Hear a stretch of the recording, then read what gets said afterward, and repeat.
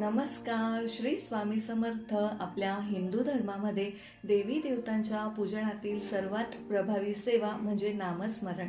आणि नामस्मरण करण्यासाठी आपण जपमाळ ही वापरत असतो. जपमाळेमुळे आपलं मन हे इकडे तिकडे भरकटत नाही, आपलं मन हे एकाग्र होतं. आणि दुसरं म्हणजे ज्या काही मंत्रांचा जप आपण करत असतो त्याचं काउंटिंग आपण विसरत नाही. आता जपमाळ ही अनेक प्रकारची असते आणि प्रत्येक जपमाळेचं महत्त्व हे वेगवेगळं असतं. जसं की रुद्राक्ष माळ, तुळशी माळ, स्फटिकांची माळ आणि कमळगट्ट्याची माळ.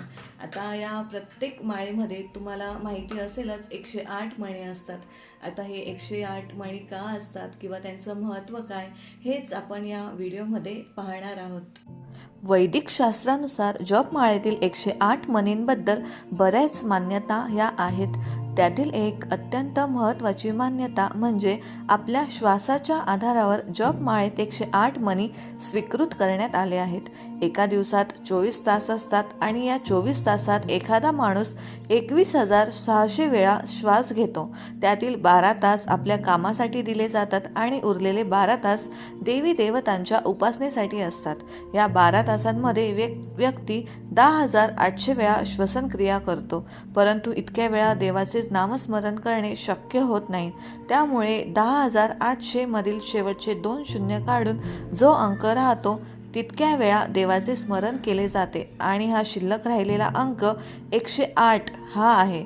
त्यामुळेच 108 मणी जपमाळेत असतात. दुसरं म्हणजे जपमाळेचा सूर्याशी हा खास संबंध आहे. ग्रहांच्या यादीत सूर्याला महत्त्वाचं स्थान आहे.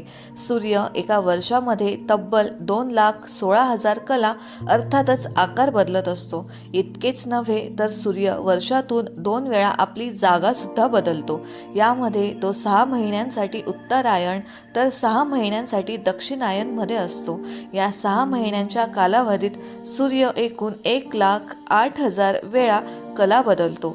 शास्त्रानुसार जपमाळेतील प्रत्येक मणी सूर्याच्या कलेला अर्पण केला आहे. मात्र 1,08,000 मणी माळेत ठेवणं शक्य नसतं. त्यामुळेच या आकड्यातील मागचे 3 शून्य हटवून 108 या अंकाचा स्वीकार करण्यात आला आहे जपमाळेसाठी. जपमाळेतील 108 मण्यांबाबत ज्योतिषी मान्यता सुद्धा आहे. ज्योतिषशास्त्रानुसार या जगाला 12 भागांमध्ये विभागण्यात आलं आहे. त्यालाच आपण राशीचक्र म्हणतो. यामध्ये तब्बल 12 राशी अस्तित्वात असतात. या 12 राशी 9 ग्रहांच्या आधारे कार्यरत असतात.